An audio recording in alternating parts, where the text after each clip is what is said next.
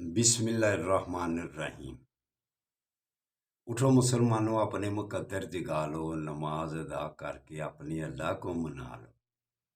کھول کے دیکھ چشم دل آتا ہے لطف کیا نماز میں، ہر طرف آتا ہے نظر نور خدا نماز میں۔ دوستو برخوردارو، اگر اللہ کو راضی کرنا ہے تو پھر اللہ کے آگے گردنیں جھکانی پڑیں۔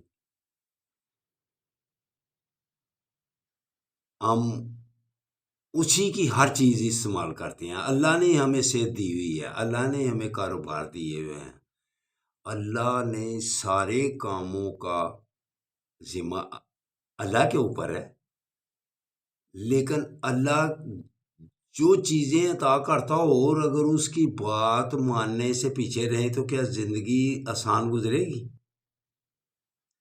اللہ کی حاکمیت تسلیم اسی لیے کرتے ہیں کہ اللہ ہمیں ہر چیز عطا کرتا ہے۔ صحت کس نے دی ہوئی ہے؟ تندرستی اور توانائی کس نے دی ہے؟ کاروبار کس نے دیا ہوا ہے؟ سارے معاملات ہمارے کون نپٹاتا ہے؟ لیکن اگر گردنوں میں سریا ڈال کے دند ناتے پھریں اور اللہ کے آگے جھکنے سے باز رہیں تو کیا پھر یہ انصاف ہے؟ تو اللہ کو اگر آپ نے راضی کرنا ہے تو پھر تو نماز ادا کرنی پڑے گی۔ تو اٹھو میرے دوستو برخوردارو، اللہ کے آگے گردنیں جھکا لو، پھر اللہ آپ پر راضی ہو جائے گا۔ اگر سب سے پہلے جس چیز کا حساب لیا جانا ہے وہ تو نماز ہے۔ قیامت والے دن سب سے پہلے کون سی بات ہوگی؟ کہ نماز پڑھتا تھا، کہ نماز پڑھنے سے سستی کرتا تھا۔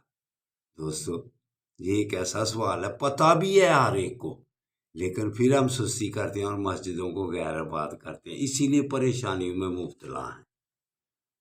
مسجدیں خالی ہیں، پارک خالی ہیں، اسپتال بھرے ہوئے ہیں۔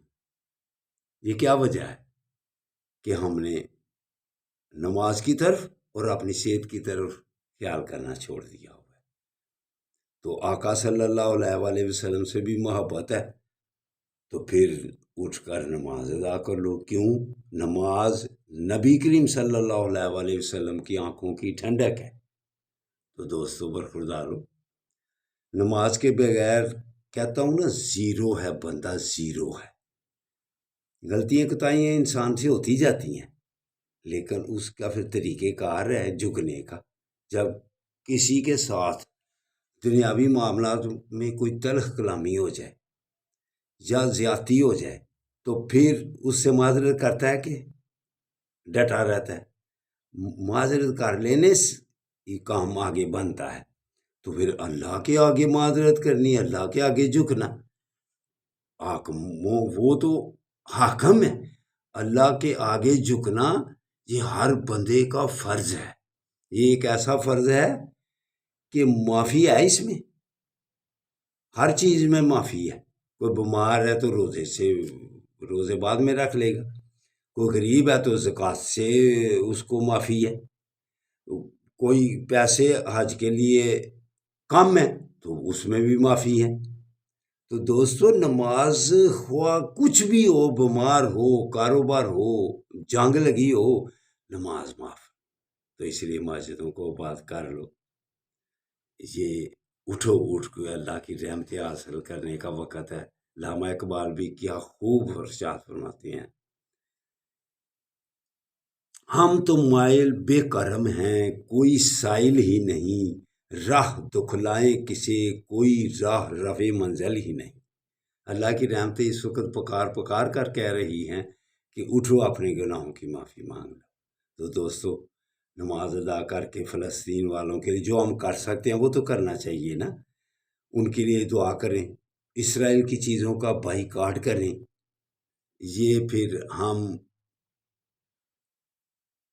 فلسطین کی محبت کے لیے کچھ نہ کچھ کر سکیں گے۔ اللہ حافظ، اللہ حافظ۔